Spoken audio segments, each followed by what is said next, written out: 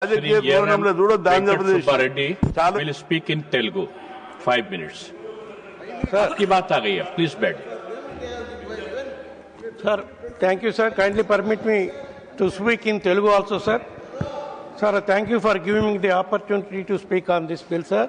I raised to oppose this bill in this present form because it is not addressing the problems of 29,000 farmers who have given 34,000 acres of farmland for Amravati capital without any payment under land pooling, sir.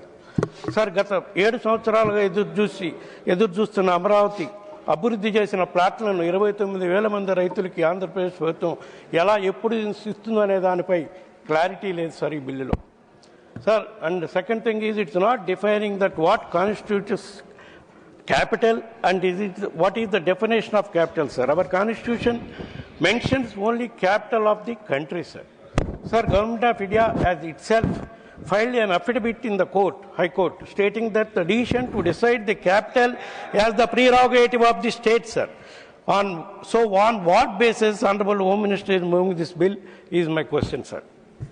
Sir, when we have not decided what should be the capital of Uttarakhand, Jharkhand, Chhattisgarh and UP,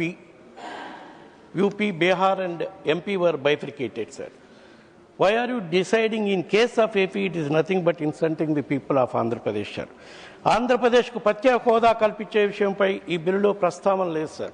ఈ విషయాన్ని ప్రస్తుత అధికార party ఎప్పుడో మర్చిపోయింది sir. కానీ YSR Congress party నిరంతరం దీన్ని demand చేస్తూనే ఉంటుంది సార్.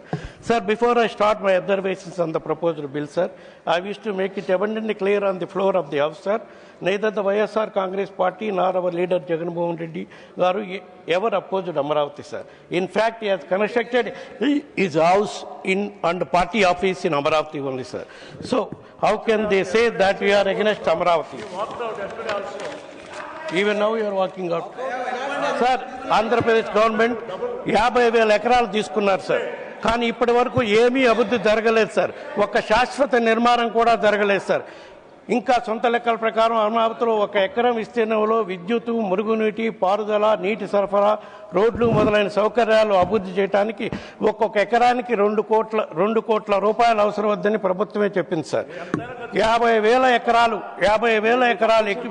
ఎక్వైర్ చేయాలని చెప్పి తీసుకోవాలని చెప్పి తీసుకున్నారు సార్. 50,000 ఎకరాలకి 2 లక్షల లెక్కన 1,00,000 కోట్ల రూపాయల నిధులు అవసరం అవుతాయి సార్.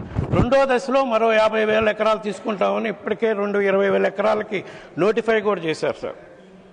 మరి ఈ 2 లక్షల కోట్లు అంటే 50,000 ఎకరాలు ఇదివరకు తీసుకుంది, మళ్ళా తీసుకోబోయే 50,000 ఎకరాలకి ఎకరాకి 2 కోట్ల లెక్కన సుమారుగా 2 లక్షల కోట్లు ఈ ప్రాంత అభివృద్ధికి కేవలం ఇన్ఫ్రాస్ట్రక్చర్ ఫెసిలిటీస్ క్రియేట్ చేయడానికే అవసరం అవుతుందని, ఈ కొత్త రాజధానిలో నిర్మాణానికి అవసరం అవుతుందని చెప్తున్నారు sir.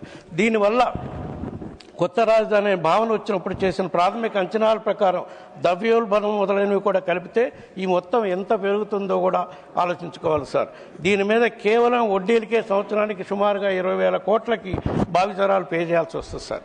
Sir, look at how much present AP government invested after ruling AP for 7 years, sir. So far in 7 years, just 8,000 crores as they have spent on Amravati, sir. If you can invest just 8,000 crores in 7 years, imagine how much time you will take to invest 2 lakh crores.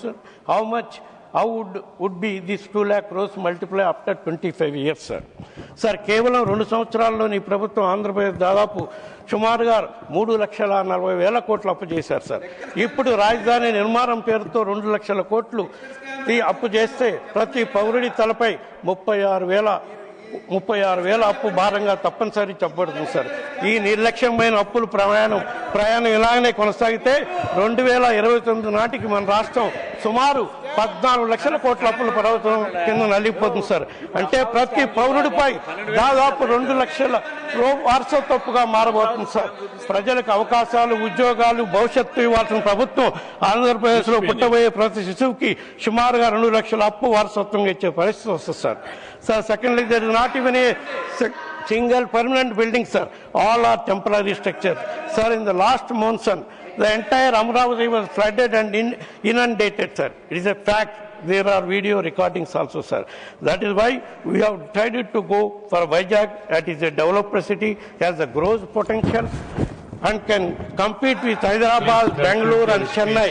That is why you wanted to create three capitals, Vizag as the executive capital, Kurnool as judiciary capital, as per the Sribag Pact, and Amaravati as legislative Please capital. conclude. This clearly indicates that you are not against Amaravati, sir.